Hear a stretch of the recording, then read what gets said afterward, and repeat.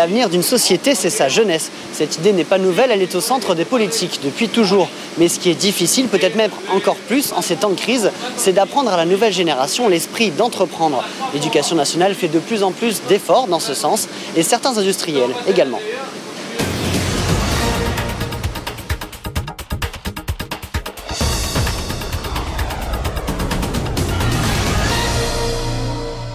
C'est Éric le président, on peut l'applaudir, il est courageux, on peut l'applaudir.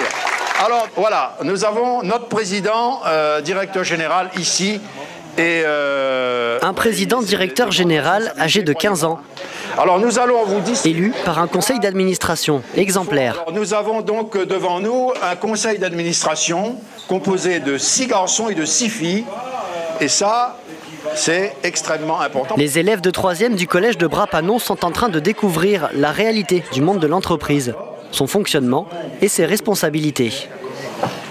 Que nous allons conditionner en... Moi, je suis administrateur. Je choisis, en fait, on dirige l'assemblée, en quelque sorte, on choisit le PDG et tout. Et on doit rendre compte aux salariés ce qui se passe dans l'entreprise, une fois dans l'année. C'est un poste difficile? Non, ça va. C'est un petit peu. On doit quand même savoir certaines choses, avoir certains acquis et savoir parler aussi. Je savais qu'il y avait plusieurs membres, mais pas ainsi, pas une grosse entreprise comme ça, avec plusieurs petits membres définis, non. Est-ce que ça te donne envie, toi? Pas de gérer, non. La pression, non merci. D'être président-directeur général, on a déjà presque 20 PSN à gérer. Et c'est pas facile quand même pour la PSN. Il faut tenter. Faut tenter. Si on tente rien, on n'a rien. C'est peut-être à la cuisine, je sais pas. On ne décide pas comme ça de créer une société pour faire des desserts au chocolat. Il faut savoir un peu combien de desserts nous allons produire. Donc il y a une petite étude de marché à faire. La Réunion compte combien d'habitants? Qui peut me dire ça, mademoiselle? 2 secondes. Je vous passe le micro. Maëlle, à peu près 800 000 habitants. 800 000 habitants. Un dessert tous les 15 jours, ça fait 2 desserts par mois. Donc, dans l'année, ça fait... 20 millions. Oui. 160 000. Très bien. Je pense que c'est très important d'expliquer à des jeunes qu'une entreprise est un lieu où on crée de la richesse, comment cette richesse se forme et comment cette richesse est répartie. Un peu plus tôt, le PDG de la SILAM leur apprenait la base, maîtriser un budget. C'est un couple de jeunes qui se marient, qui s'installent à Alpene des Palmistes. Le jeune couple qui est marié, qu'il fallait gérer l'argent. Je pensais qu'avec 2 salaires, on gagnait un peu plus d'argent et qu'on pouvait avoir un peu plus on pouvait avoir un peu plus de budget à la fin du mois de ce qu'on gagne. Cette partie jaune, c'est la richesse créée par l'entreprise. Ça s'appelle la valeur ajoutée. Paul Martinel rend ainsi visite aux collégiens depuis 1 an et demi. Ces petits cubes de couleurs et son message commencent à intéresser l'éducation nationale. Les graphiques représentés... Cette façon de faire, c'est la première fois que je la vois. Et donc oui, c'est intéressant. Vous l'avez vu, les élèves sont très accrochés, participent, discutent.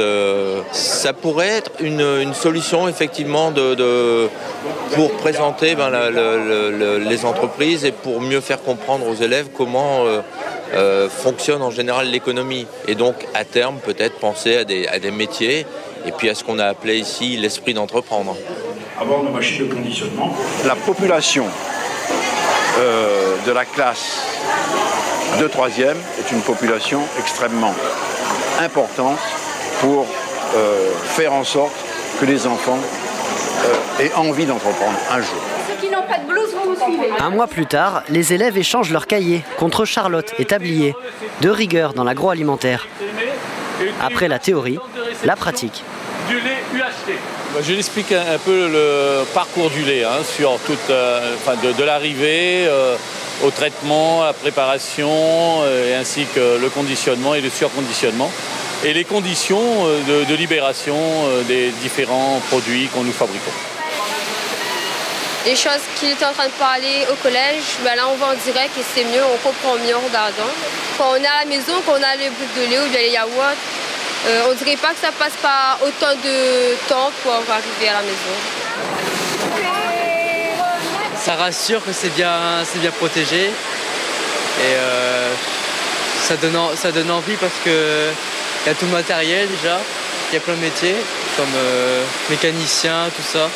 Tu te doutais que dans une entreprise comme ça, on pouvait trouver ce genre de poste? Oui, vu comment c'est grand, oui.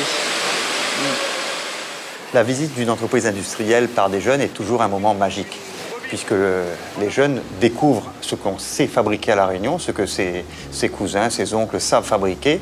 Mais pour le chef d'entreprise également, c'est un moment particulier, puisqu'il se revoit au même âge et il se revoit avec ses rêves, des rêves qu'il a pu lui réaliser. L'idée donc que ces jeunes, en visitant les entreprises, puissent eux-mêmes réaliser leurs rêves et être demain des acteurs, des chefs d'entreprise. En ce moment, il y a des aides disponibles de la part de l'État qui a un plan global de 500 millions d'euros, de la part de la région Réunion qui a terminé l'élaboration de son schéma régional de développement économique. C'est donc le moment des idées, c'est le moment de l'audace pour les jeunes et pour les chefs d'entreprise. Et fort de ce constat, Paul Martinel aimerait lui aussi accélérer la cadence. Son espoir, trouver d'autres chefs d'entreprise qui acceptent, comme lui, d'être des ambassadeurs auprès des jeunes.